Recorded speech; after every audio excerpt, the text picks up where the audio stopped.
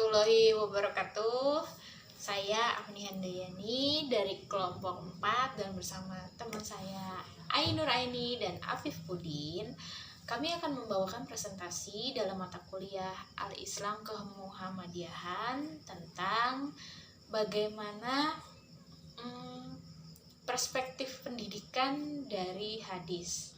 Jadi kami nanti akan membawakan yang akan disampaikan oleh Mas Afifuddin dan juga Mbak Teh Nur Aini.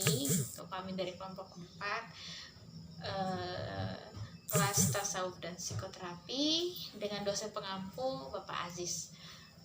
Untuk kemudian selanjutnya saya serahkan kepada Teh Nur Aini. Silakan. Assalamualaikum warahmatullahi wabarakatuh. Halo, perkenalkan nama saya Ainur Aini dari kelas tasawuf psikoterapi semester 4. Di sini saya akan sedikit membahas tentang pandangan hadis mengenai pendidikan. Sebelumnya saya akan sedikit membahas tentang apa itu pendidikan dan apa itu hadis. Yang pertama ada pendidikan. Nah, pendidikan sendiri pada awalnya berasal dari bahasa Yunani, yaitu pedagogi, di mana terdiri dari dua kata, yaitu phys and ego, di mana phys artinya anak dan ego artinya aku membimbing.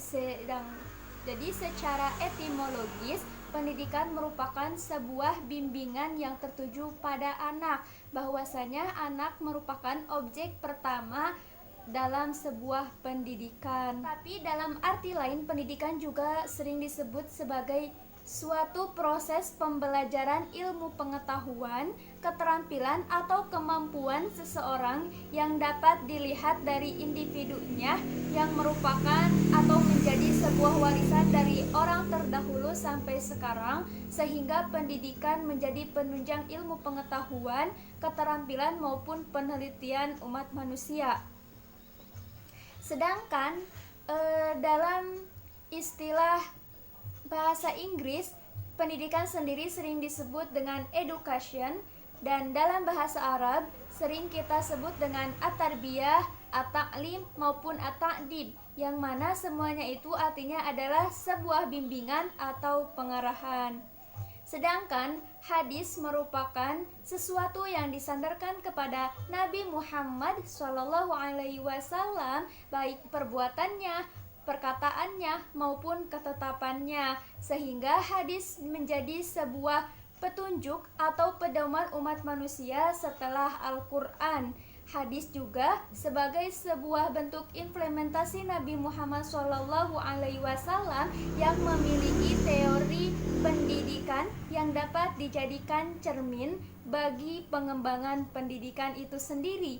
Dalam ruang pemikiran pendidikan, hadis merupakan salah satu sumber teori pendidikan Islam.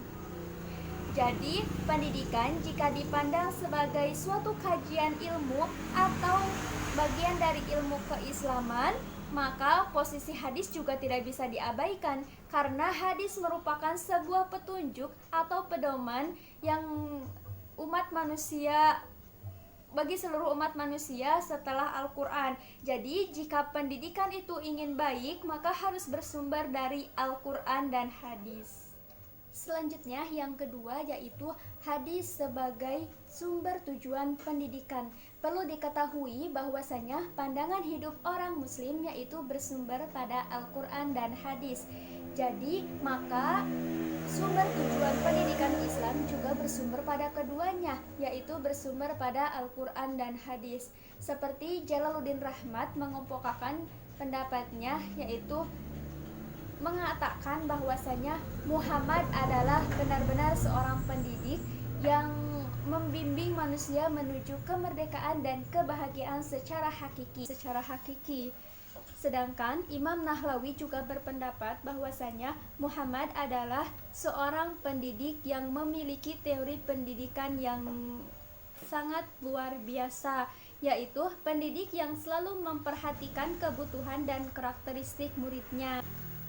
Pendidikan Islam pada akhirnya diharapkan akan mampu menghasilkan manusia-manusia yang dicita-citakan oleh Islam yang mengacu pada sunnah Nabi Muhammad SAW, yang mana disampaikan sebagai rahmatan lil alamin, dan apa yang disampaikan merupakan suatu kebenaran yang utuh dan mutlak, sehingga mampu kehadirannya sebagai evaluator yang mampu mengawasi dan senantiasa bertanggung jawab atas aktivitas pendidikan. Jadi, tujuan pendidikan dalam perspektif Islam yang bersumber pada hadis dan sunnah hendaknya mampu mengaktualisasikan pendidikan sebagai rahmatan lil alamin atau rahmat bagi seluruh alam.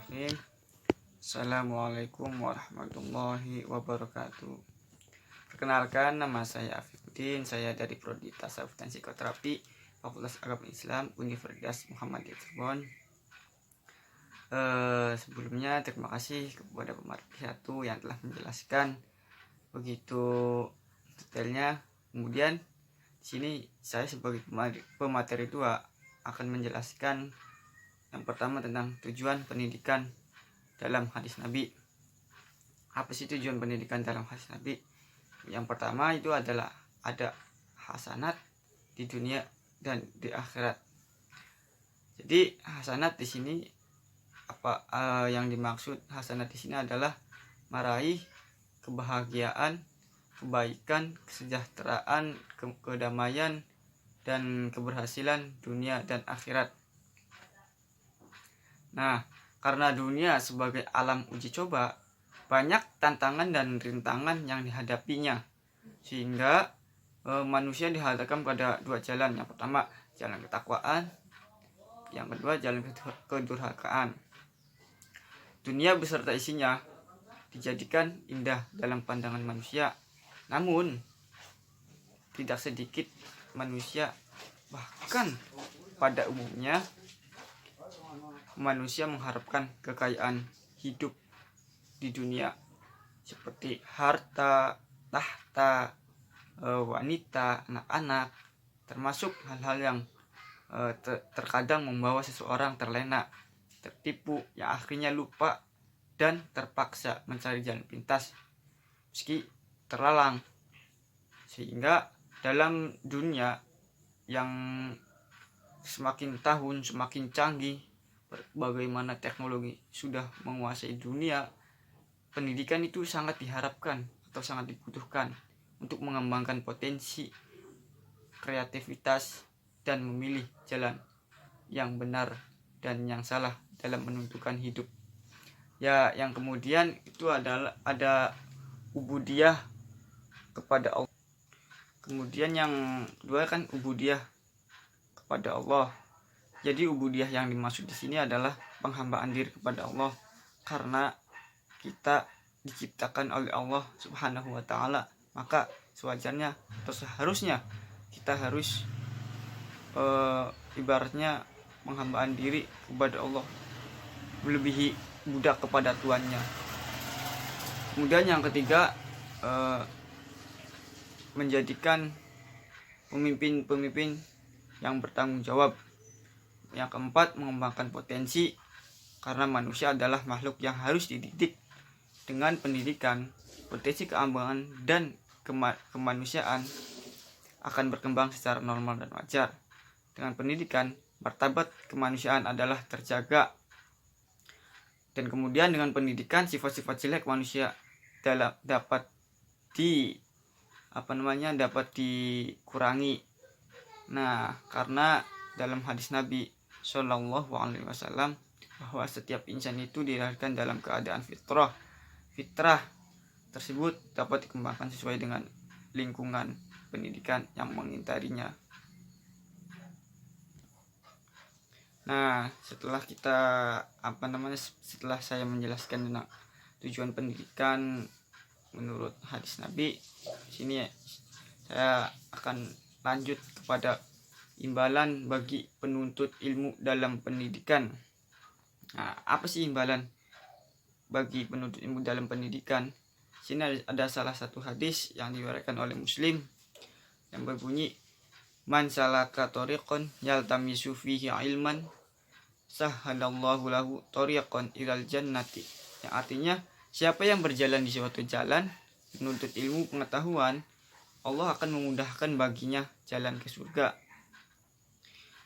Nah, hadis tersebut mengisyaratkan bahwa balasan pahala bagi mereka yang menuntut ilmu dalam proses pendidikan adalah surga. Jadi, ada yang mengatakan bahwa surga yang dimaksud dalam hadis tersebut adalah kebahagiaan dunia dan akhirat. Jadi orang-orang yang senang menuntut ilmu akan ditinggikan derajatnya sebagaimana Allah berfirman dalam Quran surat Al-Mujadalah ayat ke-58. Bismillahirrahmanirrahim. Yarfa'illahu alladhina amanu minkum walladhina utul ilma darajat wallahu bima ta'maluna khabir.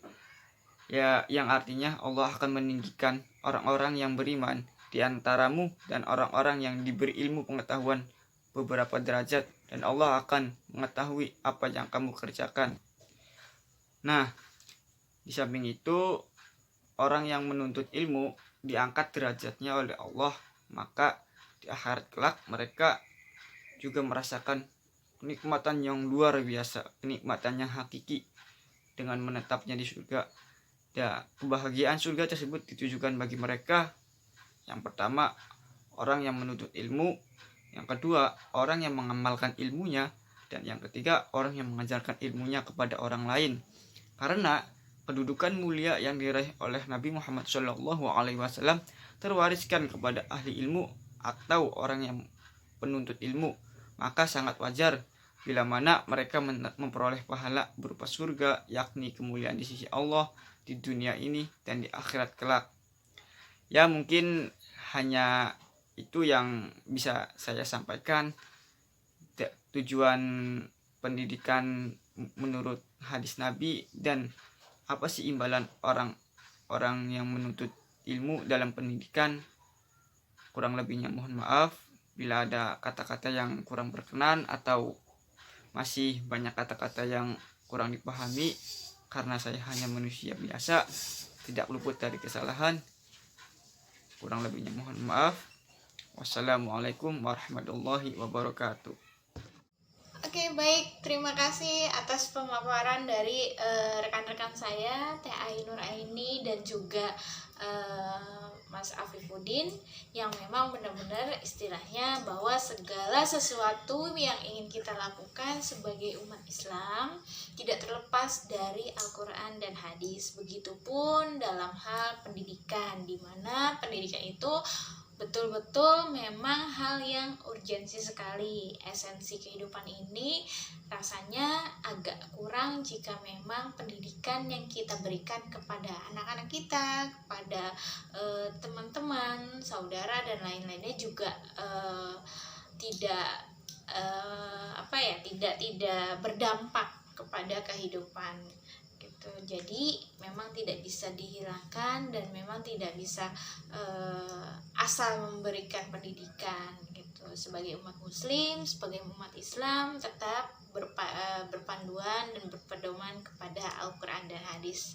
Baik, terima kasih atas segala perhatian dan kesempatannya. Kami dari kelompok 4, saya Afni Handayani sebagai moderator, kemudian Teh Ainur Aini dan Mas Afifuddin mengucapkan wassalamualaikum warahmatullahi wabarakatuh.